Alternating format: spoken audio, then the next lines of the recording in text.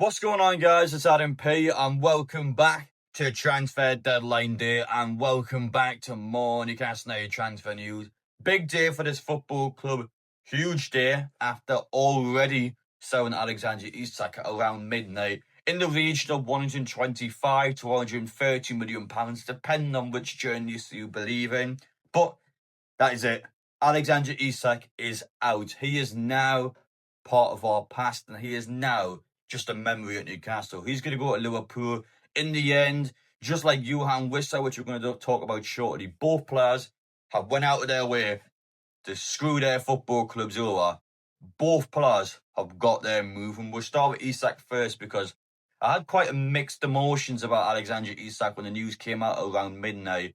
I feel like, for me, after all the noise and after all the back and forth, just to have such an abrupt and such an anticlimactic ending, I feel like it was almost kind of it just hit you. It was like, oh, is that it? It's like, it just hit you straight away, and you've been anticipating and waiting to see that moment for so long. When the moment actually happened, it was kind of like, well, is that it? Like, it just came out of nowhere. It just came so abruptly. But deep down, I think the money was just too much for Newcastle to turn down. You have to look at it in a realistic point of view. Would Newcastle had ever received £150 million for Isak? Would any club out there at any stage during this summer or next summer or whenever it would have been, would we ever actually receive £150 million for Isak? He's a player that's never been fit for an entire season. He's a player as good as he is.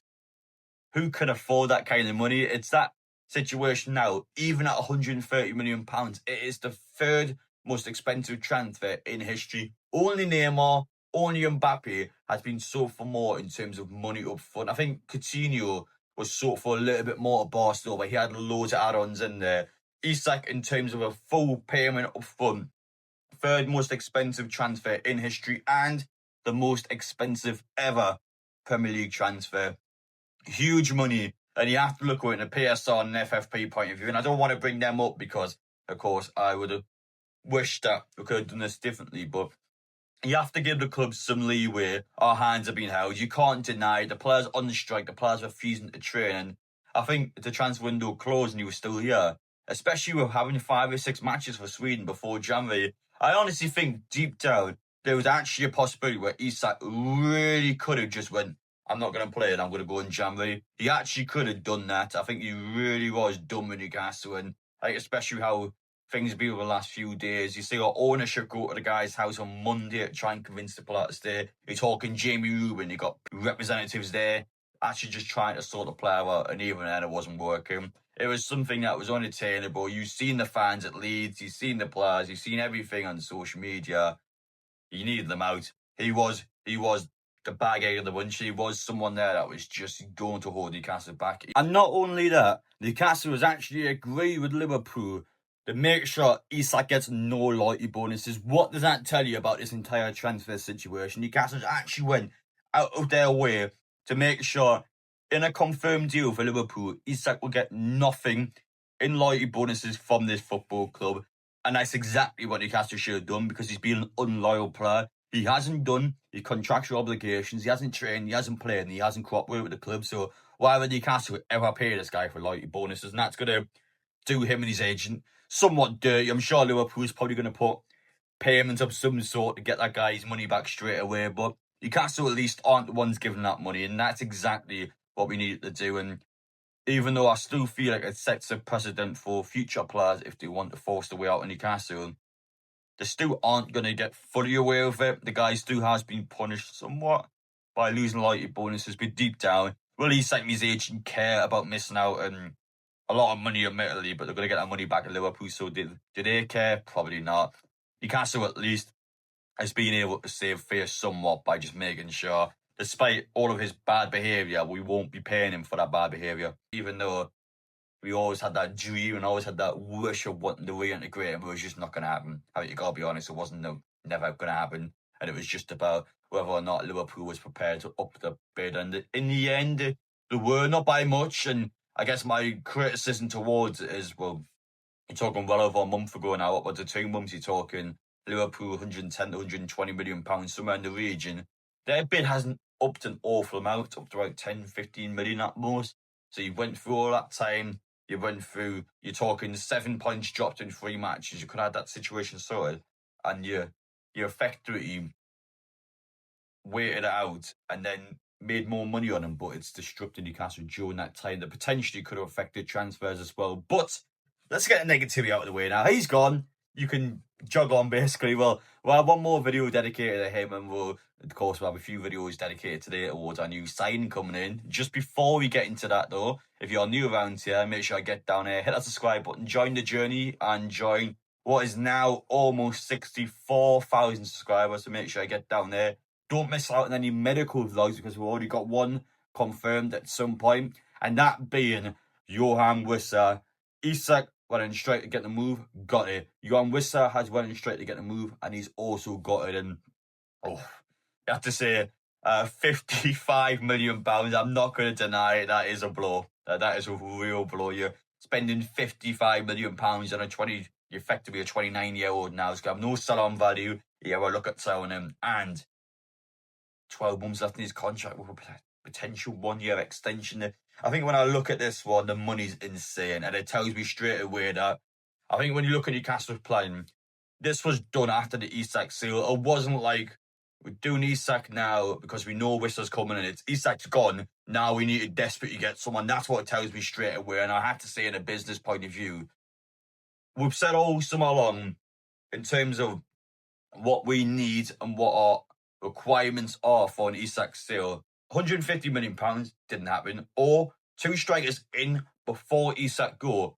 didn't happen. We brought the striker in after the Isak sale, and that price tag tells me straight away that Newcastle has put that money down after selling Isak, because that is just a desperate payment. However, I will say now, I am buzzing that we have signed Yoane Wissa. Forget about the money, forget about the financial side of it. Yoane Wissa, Nick Woutema, 2 brilliant strikers. Wissa's got the experience. Nick Woutema hasn't got the pressure and hasn't got the requirement of needing to perform every single match. He has a second striker there now. Wissa will help him go into the Premier League, and then when Wissa goes out on the African Cup of Nations, Nick Woutema is going to step up. Or if we have to, January window will be during the AFCON, so if you have to bring someone else in for a short period of time, then do so. But deep down, I'm actually buzzing with the side. I think when I look at the transfer window, Wissa, Woutema, Elanga, Ramsey, Chow, Ramsdale. I think when you look at the signs Newcastle has spent, you're talking £250 million plus in this window.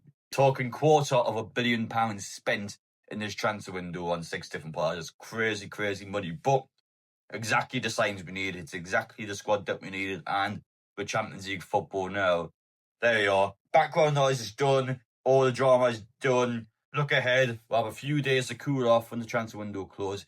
72 hours, whatever it's going to be. Cool the players off. Get all that noise in the background. The Isak stuff's still going to be quite ongoing for the next couple of days. From, of course, getting announced at Liverpool. He's doing his media work. That's going to be something that's going to drag on for a few days. But once the noise is gone, Newcastle just play the game. Get back into it, play the game. No more, are we going to get this guy back? Is this going to happen? No, it's all done now. We have the players we want. We could just crack on and we could just improve and be able to progress as a team this season, because it has been heavily destructive. But we're saying mental money, but Yoane Wissa will be doing his medical. You would expect at some point today, but again, not playing for a couple of weeks, so maybe it'll be a little slower than usual. I can't wait though. I'm going to be real. I wanted Wissa a lot. He's a player I was desperately wanting us to sign this summer. And while I kind of wish we got him for a good price, in the end, you have to look at it from Brentford's point of view. They haven't got a striker. They actually will go down unless they've signed someone today. £55 million there though. You got a lot of money to go and get someone. But honestly, in a Brentford point of view, you can tell they desperately need the money. There's just too much money to turn down. And in the end, they pushed all the way. Never had that replacement, but the money was just mental. They've said yes, whether they sign a striker or not now is up to them. But for Newcastle, they have been able to get a player that's desperate wanted to be here. And I know supporters might be a bit like, oh, well, hang on, you let Ratko and Isak, aren't we signing all that? I don't think so. I honestly don't think so.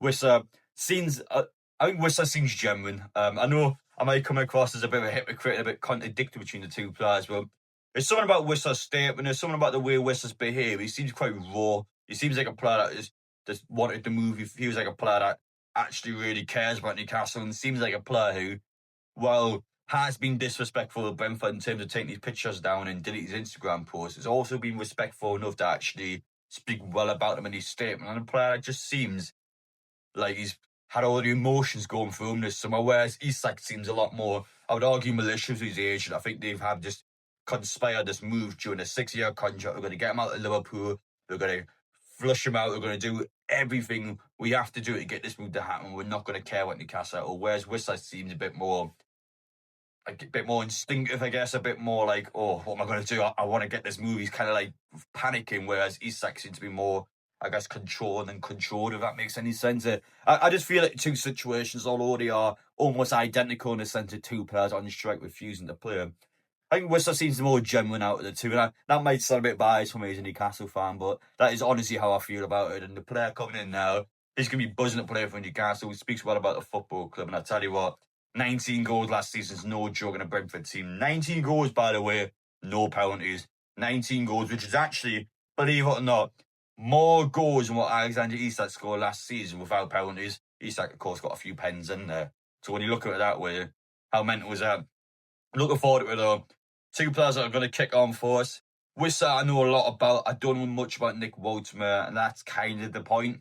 Wissa's going to come in with that experience and with the guarantee of knowing that you're going to get some goals with him, whereas Nick Woutema is a player that will develop, will do well, but will he score immediately? Will he take time to adjust? Like, you kind of don't know him. But walking away from this video, I'm happy with it. Is Newcastle done now? Probably, yeah. Maybe potentially get a midfielder lower in there. We're definitely done with the strikers, though. You've had this sort of drama for months on end now, but Yoane Wissa, Nick Woutema, that is the end of the drama for Newcastle. Two players coming in, Isak and Wilson both out, so 2 out, 2 in. I'm happy with that. That's what we needed. But yeah, let me know your opinions down below. I feel like it's going to be a lot of mixed, perhaps even negative responses from Newcastle fans, but honestly, I still find it kind of hard to criticise him. There were definitely criticism in there. Again, I'm not going to pretend that Yoane shit's been perfect. Everything's been sunshine and rainbows, because that definitely hasn't been the case. But as far as things go, you can tell they were being a bit desperate in deadline day. You tell they panicked a bit, and you can tell that they just made sure to get someone in. And I would much rather always panic and just get someone in than us to not get anyone in. I feel like that has to be the way to go, and we've done that. Wissa in, Isak out. Both players have got what they want, which is the real negative out of this, because both players are forced to move, and both players have succeeded in forcing that move. So what does that tell the likes of Tonali next summer if a player decides that he doesn't want to be in Newcastle anymore? So we'll have to wait and see. But for now, we'll deal with it. We're going to crack on. I'm buzzing with the signings. Don't know what I feel about the full situation. I still need a bit of time to digest it all in. But take care. Be back later on today with a second upload.